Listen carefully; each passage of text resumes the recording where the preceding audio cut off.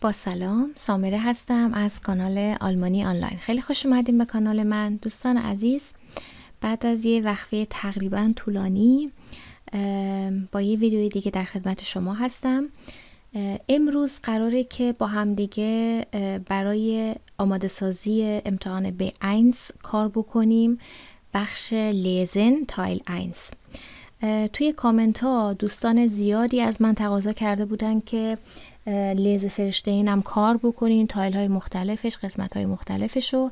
به خاطر همین تصمیم گرفتم که با یک مدل تست این کار رو انجام بدم و نکات مهم و ریزش رو هم بگم که سر امتحان باید چی کار بکنین، به چه نکاتی توجه بکنین و چه چیزایی مهم هست. یه سری تیپ ها و تریک هایی که میتونه کمکتون بکنه که از زمان استفاده بهینه رو بکنین. خب میریم سراغ در واقع تم امروزمون، موضوع امروزمون لیز فرشتین تایل 1.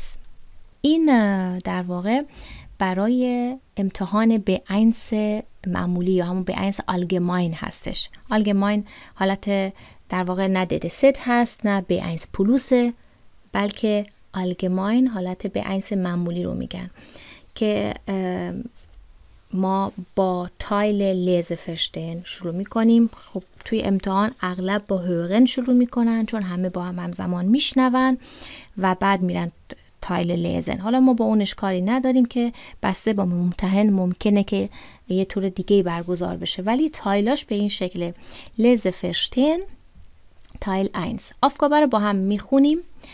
Lesen Sie die Überschriften A bis J und die Texte 1 bis 5.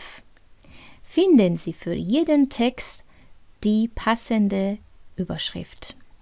Sie können jede Überschrift nur einmal benutzen. Markieren Sie Ihre Lösungen für die Aufgaben 1 bis 5 auf dem Antwortbogen.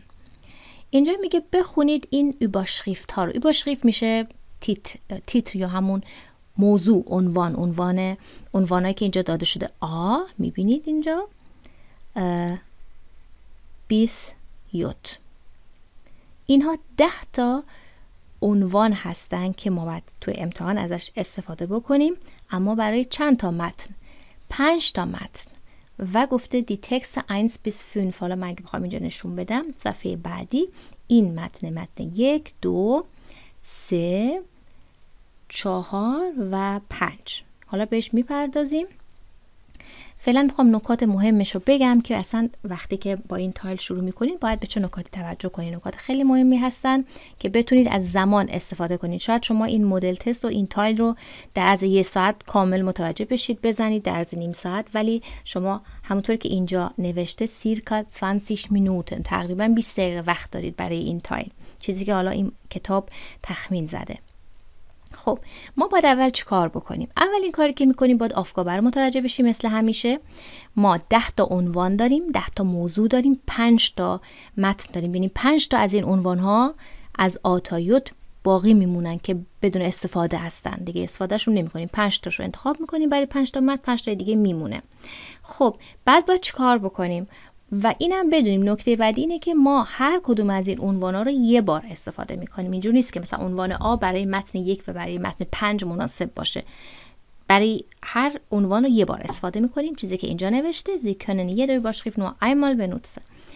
نکته خیلی مهمی که شاید ظاهرا ساده به نظر برسه اینه که شما باید دفترچه یا همون دفترچه پاسخنامه‌تون رو زیر دستتون بذارید. همزمان که دارید برای این هر آفگابه رو، هر سوالی رو دارید انجام میدید، جوابش رو پیدا میکنید، همونجا تو پاسخنامه واردش بکنید. اینطور نباشه که بیاید روی برگه امتحان علامت بزنید بگید خب آخر امتحان یه 5 دقیقه 10 دقیقه وقت میبره تا من اینا رو روی پاسخنامه انتقال بدم. این کار اشتباهه، مگر اینکه روند امتحان اینجوری باشه ممتحن اولش به شما بگه که بله به شما وقت میدیم، آخرش 10 دقیقه یه رو که بتونید اینا رو منتقل کنین.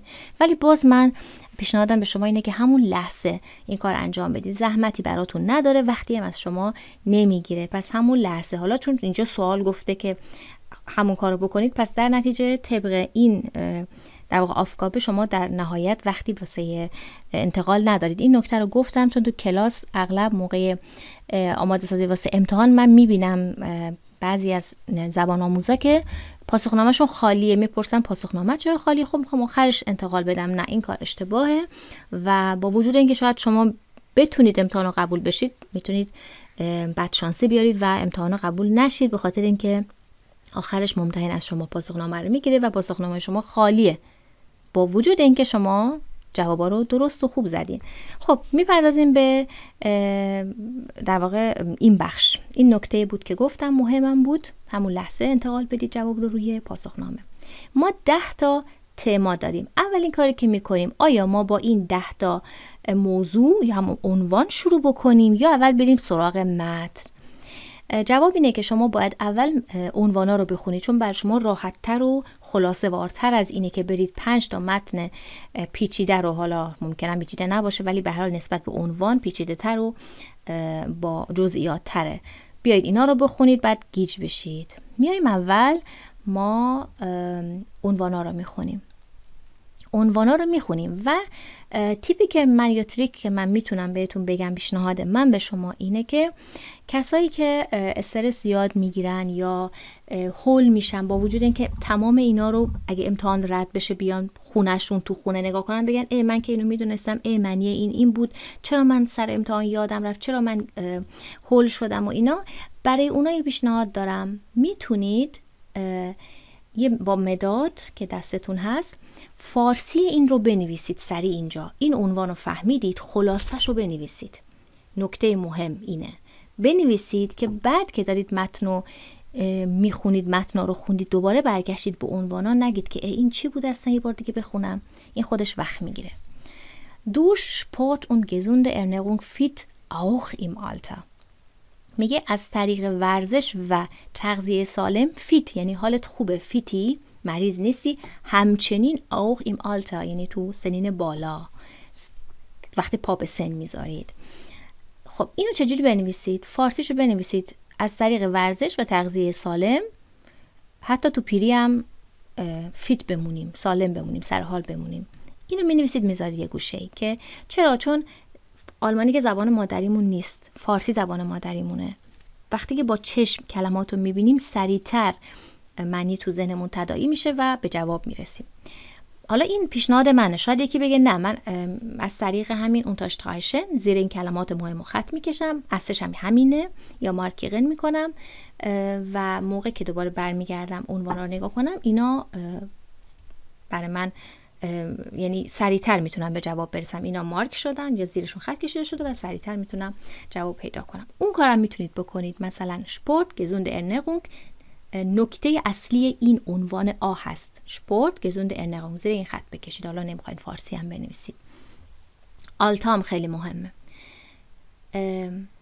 عنوان بعدی nicht jeder kann singen. اگه nicht رو برداریم میشه jeder kann singen، هر کی میتونه بخونه، ولی با نیشت منفی میشه این در واقع اوساگه که حالا یکی این حرفو زده، میگه هر کسی نمیتونه بخونه. پس این هم اینجا بنویسید هر کسی نمیتونه بخونه. اوکی. بعدی Freizeit Angebote für Familie. این هم میتونید بنویسید. مثلا چی میتونیم به جای Freizeit Angebote به فارسی بنویسید؟ حالا اگه چیزی همون از پیدا نکردید ننویسید، ولی همون زیر Freizeit Angebot رو خط بکشید. میتونید بنویسید پیشنهادهای تعطیلات برای خانواده ها. عنوان بعدی D. Sportliche Angebote für Ältere sollen verbessert werden. انگبوت ها، پیشنهادهای ورزشی برای افراد پیر و پیرتر میبایستی بهتر بشه. این د رو میبینید، این یه حالت کریتیک یا انتقادیه. شما دنبال متنی باید بگردید که توش برای افراد پیر پیشنهادهای ورزشی وجود نداره، بلکه یه حالت انتقادیه، میگه باید بشه. دنبال همچین چیزی باید بگردید. موضوع بعدی A. Durch Sport im Alter keine Krankheit mehr. از طریق ورزش تو سنین پیری میتونید هیچ مریضی دیگه، مریضی keine Krankheit mehr یعنی دیگه مریضی رو باش خداحافظی کنید، دیگه هیچ مریضی وجود نداره، ولی از طریق ورزش اگه ورزش کنید. ببینید A و آ خیلی شبیه همن. حالا من نکته بعدی رو بعد از اینکه کل این در واقع این überschrift ها رو خوندیم میگم که چیه. F. Singen ist gut für die Gesundheit. خوانندگی برای سلامتی خوبه. اوکی. G. Freizeitverhalten der Österreicher stark verändert. رفتار تعطیلاتی انگار اینجوری. رفتار تعطیلاتی اتریشیا stark خیلی شدید عوض میشه یا داره عوض میشه. رفتار فرایسایت میشه اینجوری که مثلا اونا توی وقت آزاد خودشون چی کار میکنن، به این میگن رفتار یا فعالیت تعطیلاتی اتریشیا داره عوض میشه. قبلا یه چیز دیگه بود، الان یه چیز دیگه شده. verändert دوستان یه نکته اینجا بهتون بگم خیلی مهمه. verändert فعلیه که اغلب مواقعی ازش استفاده میکنیم که نه همیشه، اغلب یه چیزی در طول زمان عوض شده و یه مقایسه بین گذشته و حال هستش. اینو حواسمون باشه که تو متن ممکنه به دردمون بخوره. تم بعدی immer mehr ältere Menschen besuchen Sportvereine. میگه آدمای پیرتر ایمامر میگه همش داره زیاد میشه، بزوخن میکنن، دیدن میکنن یا عضو کلوب‌های ورزشی هستن. بزوخن یعنی میرن اونجا و اونجا وقت میگذرونن. ای Familienurlaub an mehr als 70 Orten. اولاب‌های خانوادگی، تعطیلات خانوادگی در بیشتر از 70 تا جا. حواسمون باشه 70 Orten. اینجا هم میتونیم بنویسیم، یعنی همه اینا رو من دیگه نگفتم ولی میتونیم فارسیشو بنویسیم یا زیر این 70 Orten خط بکشید که خیلی مهمه. ممکنه تو متن 70 شو داشته باشیم ولی باید ببینیم که آیا اورت یا چیز دیگه. یوت میگه nichts tun gewinnt immer mehr an Bedeutung.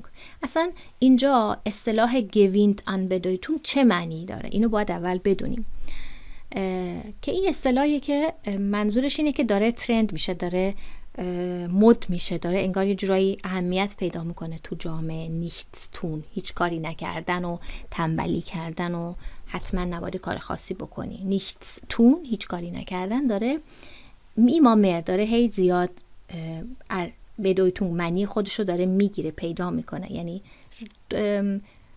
رواج پیدا میکنه، اهمیت پیدا میکنه. اینا شدن این 10 تا überschrifتی که ما داریم. حالا میریم سراغ متن. اما قبل از اینکه برم سراغ متن میخوام یه نکته رو بهتون بگم. تو همین عنوانایی که خوندیم اغلب اینجوریه، نه 100% ولی اغلب اینجوریه که این عنوانا 2 به 2 شبیه همن. ما باید اینو پیدا بکنیم و موقعی که عنوانا رو خوندیم، تموم کردیم، رفتیم سراغ متن، اونجا اون 2 تا عنوانی که خیلی شبیه به همه رو باید با هم مقایسه بکنیم و یک شو واسه متنمون انتخاب بکنیم. اینجوری نیست که مثلا برای متن 1 من هر 10 تا عنوان رو بخونم، چون یه سری عنوانا هستن اصلا هیچ ربطی به اون متن نداره، مطمئنیم 100% و اونو میذاریم کنار. این خودش باعث میشه که ما از وقتمون خوب استفاده کنیم و وقتمون رو تلف نکنیم. اغلب اینجوریه که جوابا 2 به 2 شبیه همه و شما باید بین این 2 تا یکی رو انتخاب بکنین. ببینید مثلا durch Sport und gesunde Ernährung fit auch im Alter A با ا شبیه همن. میتونین اینجا پیش آ ا رو بنویسیم با مداد که آ و ا، بین آ و ا باید یکی رو انتخاب کنیم. حالا به کدوم متن میخوره که بین آ و آ و ا کدوم رو باید انتخاب کنیم، اینو بعداً تو متن میفهمیم. یا مثلا nicht jeder kann singen، از زینگن داره حرف میزنه، هر کسی نمیتونه بخونه، با اینکه زینگن ist gut für die Gesundheit. اینا هم شبیه همن. میتونیم بغل ب بنویسیم F، یعنی قرار ب رو با F مقایسه کنم. گفتم 100% اینجوری نیست ولی نکاتیه که کمک میکنه اغلب چون اینجوریه سایتتون رو، یعنی زمانتون رو خوب مدیریت کنید. Freizeitangebote für Familien 3 یه جورایی باید ببینیم Freizeitsangebot کجا داریم. مثلا österreich رو داریم ولی خب این مال اتریشیاست، میتونه باشه. برای فامیلیه این Familienurlaub an mehr als 70 Orten. ای و 3 شبیه همن. عنوان بعدی sportliche Angebote für Ältere sollen verbessert werden. این میتونه با کدوم اوکی باشه؟ افراد پیر. اینجا مثلا اینجا immer mehr ältere Menschen besuchen Sportvereine. میشه این د و ها با هم یعنی 2 به 2 باید مقایسه بشه. این هم که برداشتیم ا رو، اف هم برداشتیم. حالا یکی موند، گ و ای موند. Freiheitsverhalten der Österreicher stark verändert. نه ببخشید ای نه یوت. در واقع موند گ و یوت. و nichts tun gewinnt immer mehr an Bedeutung. حالا ببینیم این یه ذره مبهمه. این دوتا موندن، آیا ولی 2 به 2 باید مقایسه بشن و نمیدونیم. میریم سراغ متن اول. ببینید من امروز سعی میکنم، ویدیو طولانی میشه ولی به هر حال باید گفته بشه، متن رو بخونم و جاهای مهمش رو بهتون بگم. اما گاهی اوقات نیازیست شما مثل من، چون الان من دارم ویدیوی آموزشیه ولی سر امتحان دیگه شما میخواید بر خودتون فقط متوجه بشین جواب کدومه، روی پاسخنامه بزنید برید جلو که وقت رو استفاده بکنید. به خاطر همین یه جاهایی بهتون میگم این متن رو دیگه نخونید، خط اول جواب تموم شد. یا اگر خوندید چیز منفی پیدا نکردید و اصلا نفهمیدید متنو، اشکالی نداره، از یه سری نشانه ها میتونید متوجه بشین. حالا ما متن شروع میکنیم. Will man gesund und fröhlich sein, gibt es dafür ein einfaches und kostenloses Rezept. آدم میگه میخواد که سالم و شاد باشه، یه دونه میگه نسخه رایگان و ساده وجود داره. 2 نقطه سینگن. تموم شد. جوابو فهمیدیم. میخوای سالم بمونی؟ خوانندگی کن. بخون برای خودت. اگه من باشم میگم جوابو گرفتم، میام این بالا میگم افه. سینگن ist gut für die Gesundheit. ولی میخوام روالو بهتون بگم، گفتم 2 به 2 شبیه همن. نگاه میکنیم کدوم عنوانا توش زینگن هست. Nichts jeder kann singen. Singen ist gut für die Gesundheit. بقیه اصلا از زینگن حرف نزدم، پس اصلا وقتمون رو تلف نمی کنیم بیاییم گ ها س ب اینا ب که هست آ د اینا رو نگاه کنیم. میگم ب و اف یکی از ایناست. اون بالا میگه هر کی بخونه سالمه. این پایین متن 1 میگه هر کی که میخواد سالم بمونه، من یه نسخه دارم براش، بخونه سالم و شاد. ولی به اینو نمیگه، میگه هر کسی نمیتونه بخونه. این منفیه، بار منفی داره، پس ب نیست و چیزی که میمونه اف هست. جواب افه. حالا من یه نکته هم بهتون بگم، وقتی بین ب و اف شما 2 تا گزینه دارید شبیه همن و یکی رو برمیدارید، اونی که میمونه و جواب نیست کلن از، به قول معروف میگن، از مهره سوخته است دیگه، از دایره خارج میشه، از دایره بازی. چون اگه قرار بوده که برای متن 1 2 تا گزینه بخورن، یکی اف یکی ب، فقط به متن 1 میخورن، یعنی تو متن 1 از زینگن صحبت شده. اگه قراره که به متن 1 نخوره ب، به هیچ کدوم از متنام قرار نیست بخوره، خط میخوره.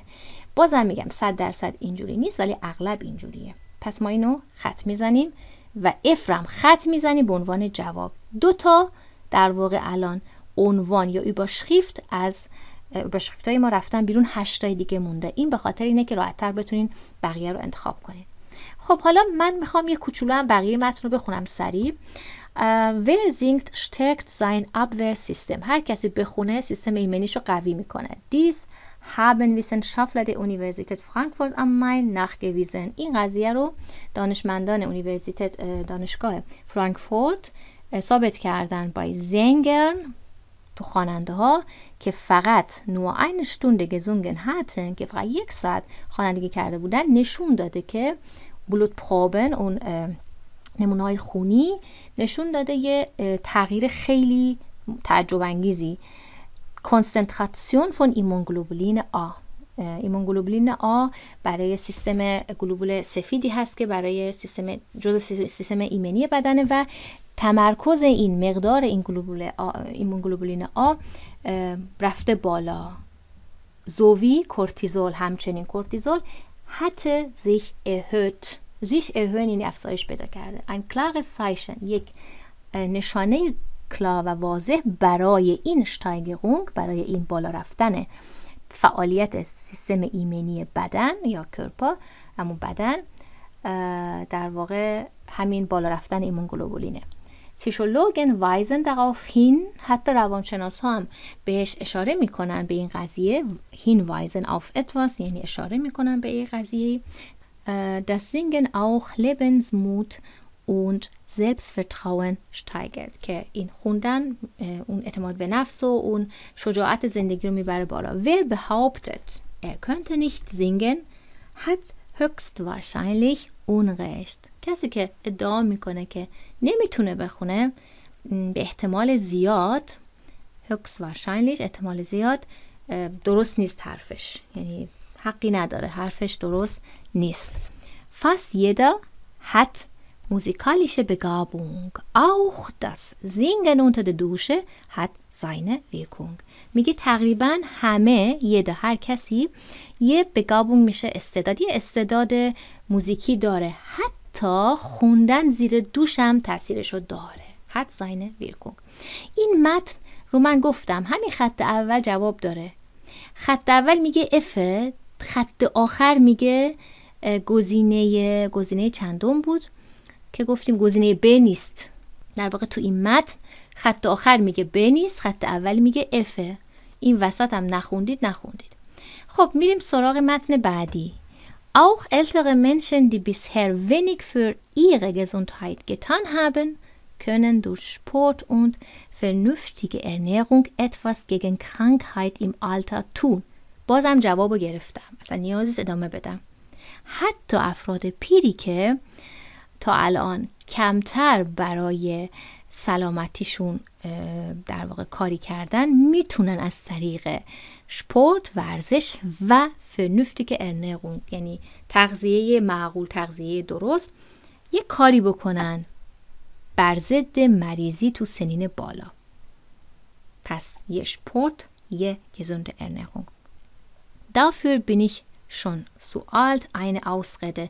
من براش خیلی الان پیرم، یه میگه بهانه است. دیگه بقیهش چیزای اضافه است. میگه این eine Studie. حالا این استودی کجا بوده؟ تو نیویورک بوده، پرس بتریان هسپیتال وایل کورنل مدیکال سنتر، اسم اون جایی بوده که این استودی، این تحقیق انجام شده.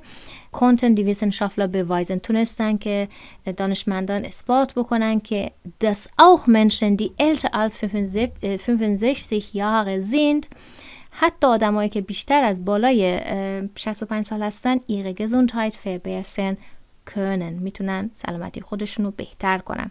حالا رسپت چیه؟ Das Rezept ist sehr einfach. Sie müssen nur mehr Sport treiben und auf eine vernünftige Ernährung achten.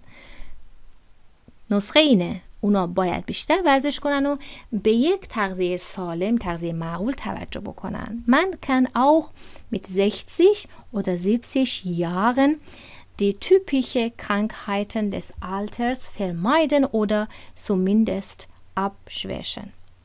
آدم میتونه حتی با سن 60 سالگی یا حتی 70 سالگی خیلی از مریضی هایی که رواج داره تو این سن رو ازش جلوگیری بکنه یا ضعیفش بکنه، حداقل ضعیفش بکنه. ببینید این در مورد مریضی حرف زد و اینکه مریضی تو پیری میتونیم ازش جلوگیری کنیم با ورزش و با gesunde Ernährung. حالا نگاه میکنیم کدوما درستن. آ میتونه درست باشه، 2 به 2 اگر بخوایم پیدا کنیم آ و ای. بین آ و ای کدوم انتخاب میکنیم؟ تو متن از سپورت حرف زده و همچنین ان gesunde Ernährung یا vernünftige Ernährung، تغذیه سالم یا تغذیه معقول. معقول یعنی که من که 70 سالمه نرم مثلا غذای چرب و چیلی نصف شب بخورم یا همون کله پاچه بخورم، چیزای اینجوری. میگن vernünftig، معقوله، چیز منطقی و معقول رو باید استفاده کنیم. با gesunde یه در واقع مفهوم میرسونه. موضوع اینجاست بین آ و ای دوتاش هم درسته، ولی ای یه چیزی کم داره، gesunde Ernährung یا همون vernünftige Ernährung کم داره. تو متن ازش حرف زده، اینجا حرف نزده، پس ای نمیتونه درست باشه. میتونه مناسب باشه ولی مناسب تر از اون آ هستش. آ رو انتخاب میکنیم و ارم خط میزنیم. در واقع ما 4 تا اینجایی با شریفت رو تا به الان خط زدیم، موند 6 تا. پس برای متن دوممون چیزی که فهمیدیم اینه که تو پیری هم میشه سالم موند اگه ورزش کنیم و تغذیه مناسب داشته باشیم که آ براش درسته. خب میریم متن بعدی. ببین اینجا هم یه نکته بگم، اینجا ما تو همون جملات اول نیاز بقیه رو بخونیم، اینو متوجه میشیم. Auch ältere Menschen, die bisher wenig für ihre Gesundheit getan haben, können durch Sport und vernünftige Ernährung etwas gegen Krankheiten im Alter tun. تموم شد، این جوابو ما میگیریم. حالا ممکنه یکی بپرسه که خب اگه من معنی این کلمه رو نفهمم، اوکی معنی رو نمیفهمی، ادامه بده، برو جلوتر. یه چیزایی هست اینجا میاد بالا میگه auch Menschen die älter als 65 Jahre sind ihre Gesundheit verbessern können. Das Rezept ist sehr einfach. Sie müssen nur mehr Sport treiben und auf eine vernünftige Ernährung achten. این هم میتونه جواب باشه اگه اولو نفهمیدید. شماره 3 در مورد چیه؟ اولش die Sommerferien stehen vor der Tür. یعنی نزدیکه، جلوی در، نزدیکه. Viele Eltern, Kinder und Jugendliche suchen noch einen Ort, wo sie die wunderbarsten Tage des Jahres verbringen können. میگه Sommerferien یا همون فرینی که 1.5 ماه در سال طولانیه. میگه جلوی در نزدیکه و خیلی از والدین، بچه ها و افراد جوان دنبال یه جایی هستن، جایی که بهترین روزای سالشون رو اونجا سپری کنن، فربرینگن کنن. Hierbei zu helfen, hat das Amt für Kinder, Jugendliche und Familien des Kreises Warendorf eine Broschüre herausgegeben. میگه برای اینکه اینجا کمک بشه اومده اداره بچه ها و جوونا و خانواده یه اون منطقه یه بروشور رو داده بیرون، یه فلایه، یه چیزی که توش از انگبوت‌های مختلف داره. این که توی این بروشور انگبوت اون اکتیویتیتن von mehr als 70 verschiedenen Organisationen vorgestellt werden. ببینید همون چیزی که اول ویدیو گفتم، 70 تا کلمه 70 رو ما کجا داریم؟ اینجا داریم. Familienurlaub an mehr als 70 Orten. ولی اینجا گفته 70 تا جا. اینجا چی گفته؟ اینجا گفته که تو این بروشور انگبوت‌ها و فعالیت‌هایی رو که بیشتر از 70 تا فرانشتالتا یا برگزار کننده داره معرفی میکنه رو داریم.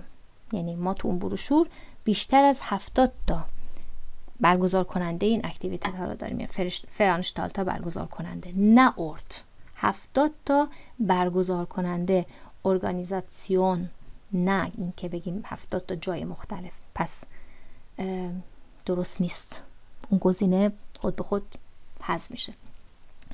Die einzelnen Veranstalter organisieren تک تک هر کدوم از این در واقع فرانشتالتا ها میان در واقع پلن میکنن یا برنامه ریزی میکنن فعالیت های روز تعطیل و اون فقیان میشه فرایسایتس اکتیویتیتن، فعالیت های تعطیلات رو selbstständig خودشون مستقل. Das Ferienfreizeit-Heft kann man bei dem oben genannten Amt in Warendorf oder im Internet unter der Adresse kreiswarendorf.beispiel.de bestellen. حالا این مهم نیست زیاد. ولی از چی حرف زده کل این؟ داره برای خانواده ها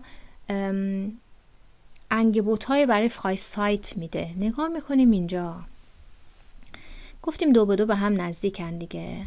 اینجا گفته فرایسایت انگبوت für Familien، این میتونه درست باشه. دقیقا انگبوت هایی هست برای روزای تعطیل برای خانواده ها. و Familienurlaub an mehr als 70 Orten، اینو گفتم درست نیست چون an mehr als 70 Orten صدق نمی کرد.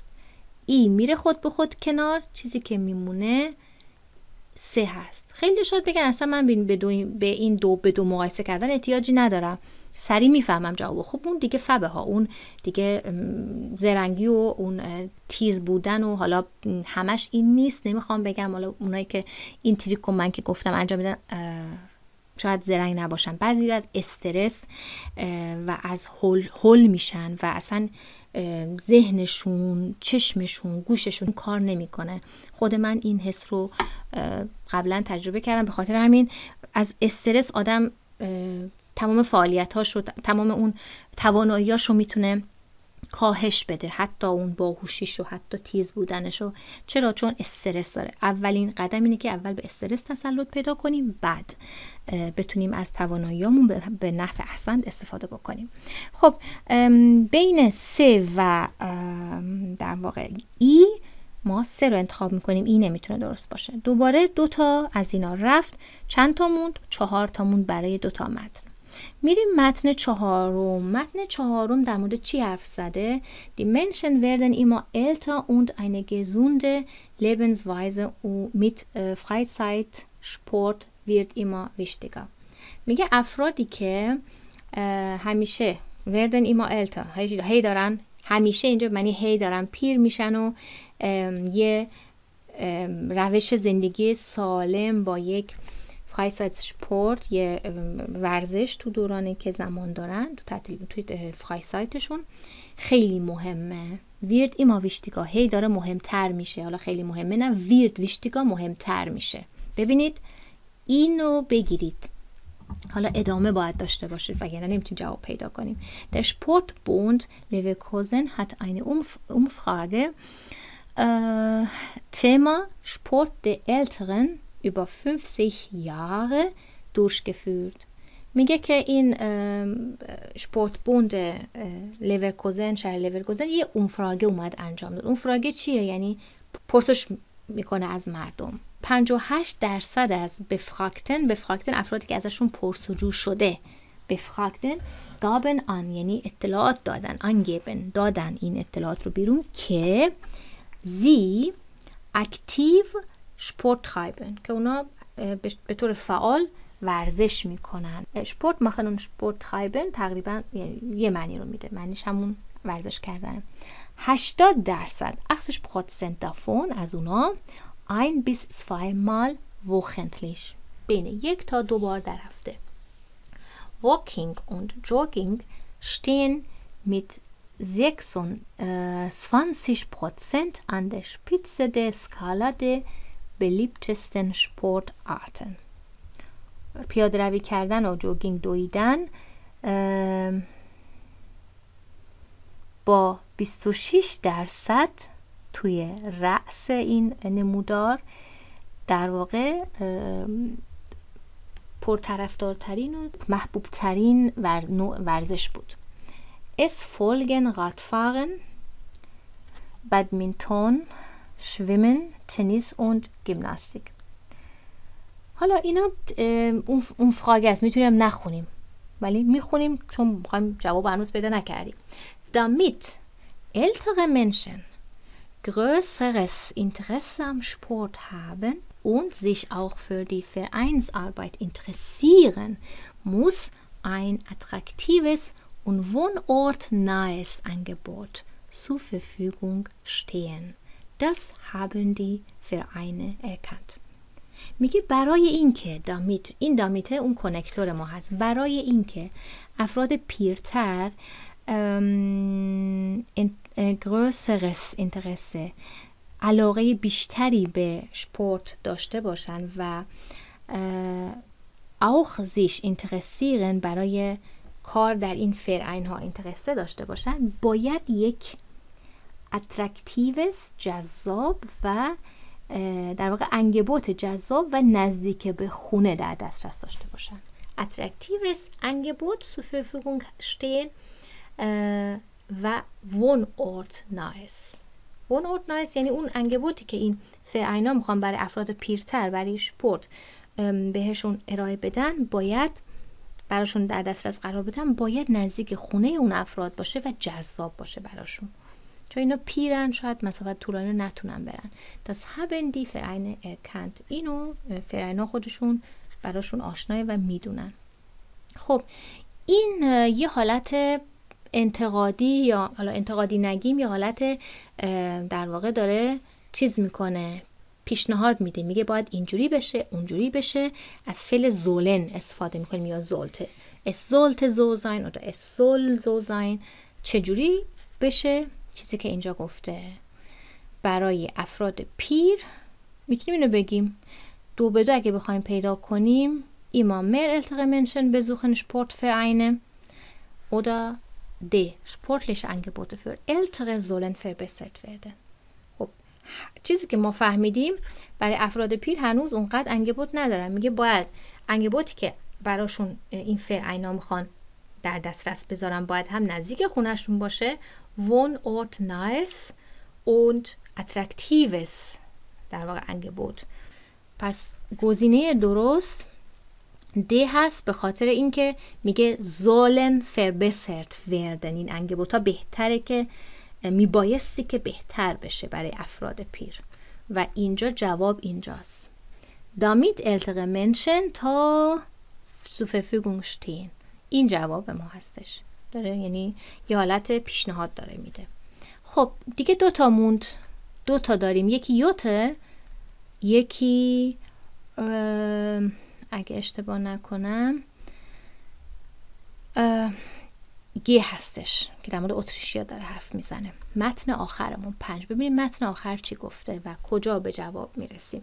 متن آخر میگه österreichische Wissenschaftler haben festgestellt. خب اوکی در مورد اتریشیا داره حرف میزنه، پس میتونه جواب ما گی باشه. بقیه هم استفاده کردیم یا یوت باشه. از این تو اینجا از اسمی از استقایش نبرده استقایشا، ولی تو گی برده. ممکنه یکی حالا شانسی یا حالا از روی نمیدونم حتما هم شانسی نیست بگه خب از استقایش حرف زده پس این درسته. ولی این نکته رو بگم که همیشه هم اینجوری نیست که چون اینجا از استقایشی یا از اتریشیا حرف زده و اینجا اسم کلمه در واقع استقایش اومده پس این درسته. بعضی اوقات هم درست نمیتونه باشه، برای همین اینو به عنوان نکته من نمیگم. ممکنم نباشه، باید کل متن یا مفهوم متن رو متوجه بشیم. österreichische Wissenschaftler haben festgestellt یعنی مشخص کردن، به این نتیجه رسیدن که دانشمندان اتریشی Freizeit immer wichtiger wird که در واقع Freizeit وقت آزاد داره مهمتر میشه، هی داره مهمتر میشه. Die Österreicher scheinen in ihrer Freizeit vor allem erholungsbedürftig zu sein.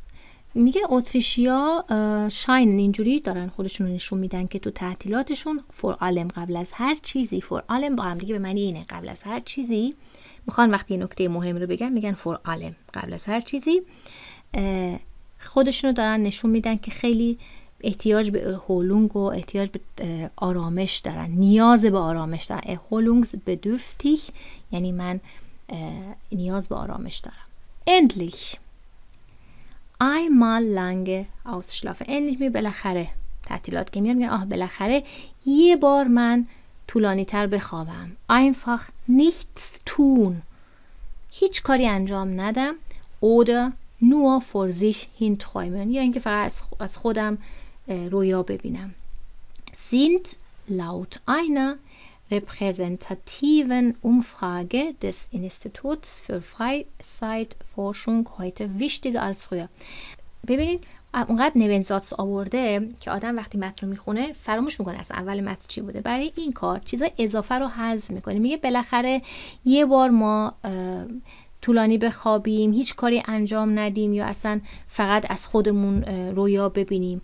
sind این چیزایی که گفتم sind wichtiger als früher. heute wichtiger als früher.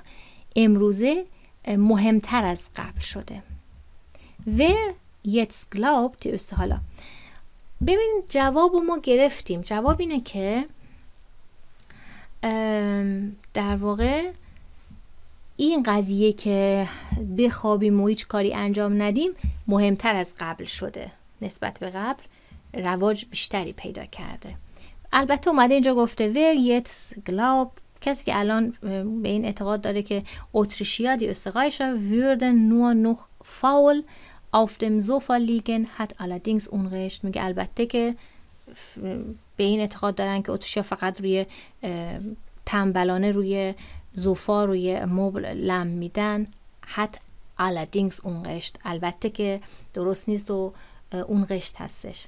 Fernsehen رادیو hören میگه تلویزیون تماشا کردن، بعد رادیو گوش دادن und lesen و همچنین خواندن gehören nach wie vor تعلق داره nach wie vor مثل گذشته zu den beliebtesten Freizeitaktivitäten به در واقع تعلق داره اینا به محبوب ترین فعالیت های زمان در واقع فرایسایت اتریشیا. یعنی اتریشیا درسته که میخوان کاری نکنن و یه ذره بیشتر بخوابن و یعنی در واقع روی مبل دراز بکشن و ausruhen کنن، ولی این به این دلیل نیست که بگیم اونا هیچ کاری انجام نمیدن، اما خب تلویزیون تماشا میکنن، رادیو گوش میدن، کتاب میخونن. اینا به محبوب ترین فعالیت های اونا تو زمان تعطیلیشونه.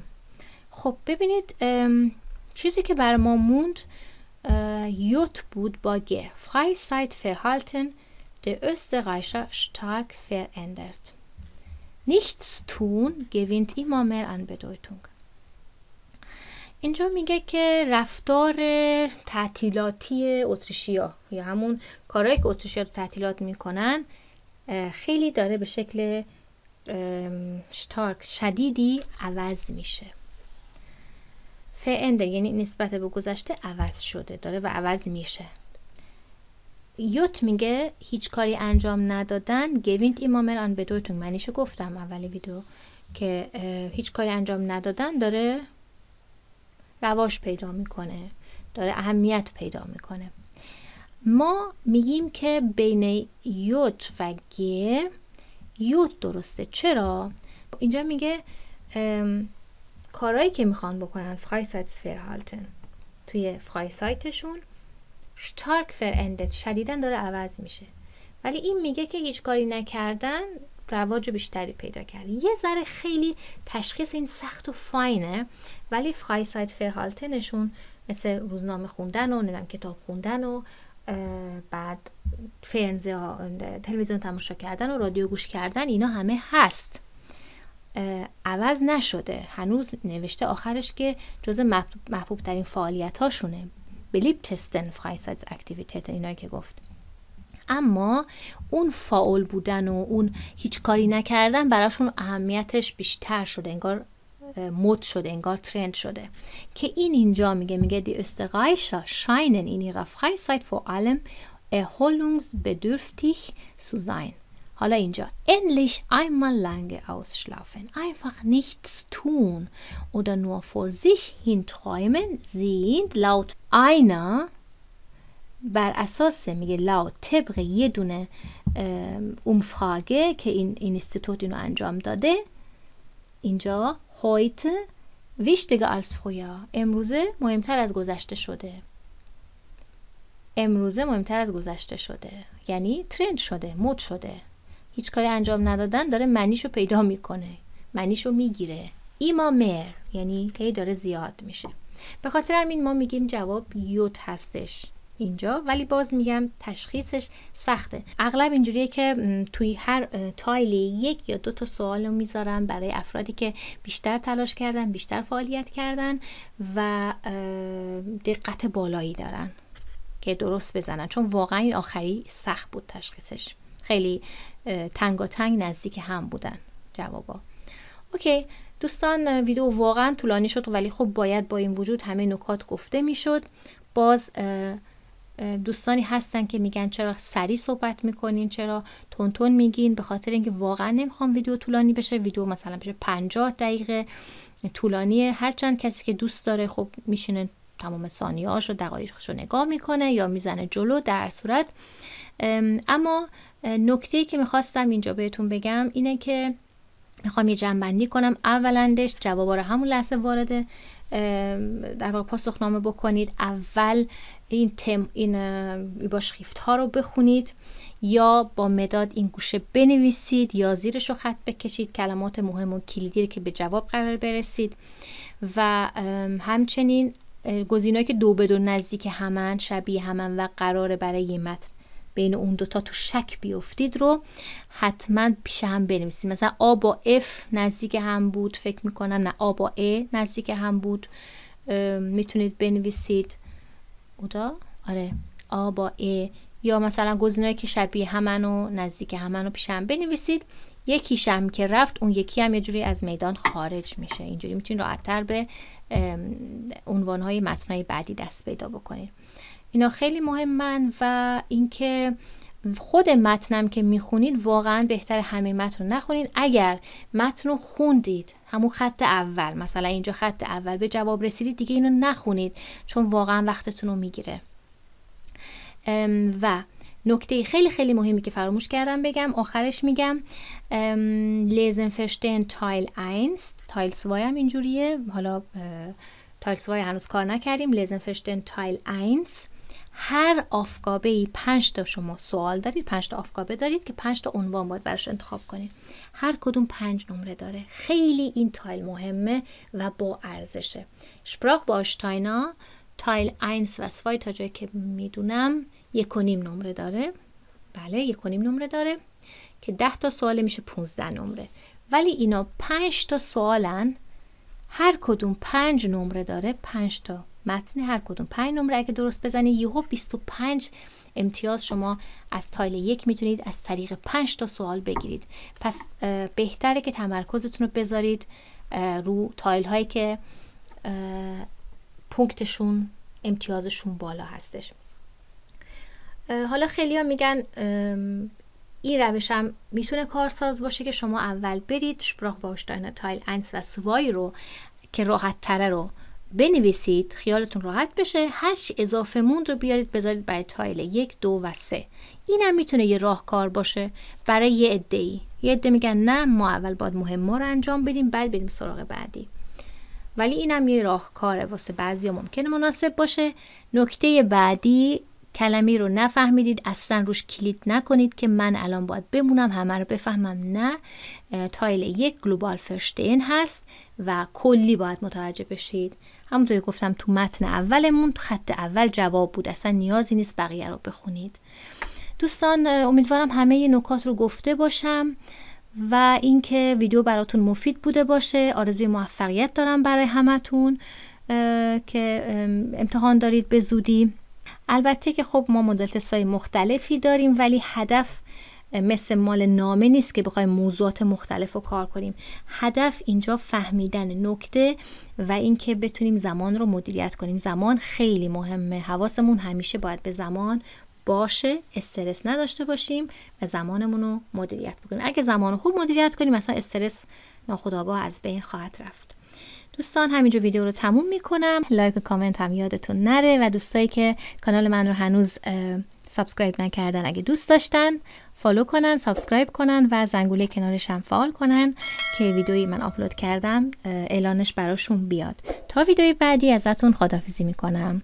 روز خوش، خدا نگهدار.